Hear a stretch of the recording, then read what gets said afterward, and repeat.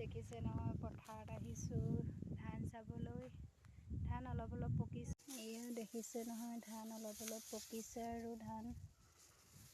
এয়া দেখিছে নহয় ধান অলপ অলপ পকিছে আৰু 2 এদিনতে দাবলৈ পৰা হ'ব।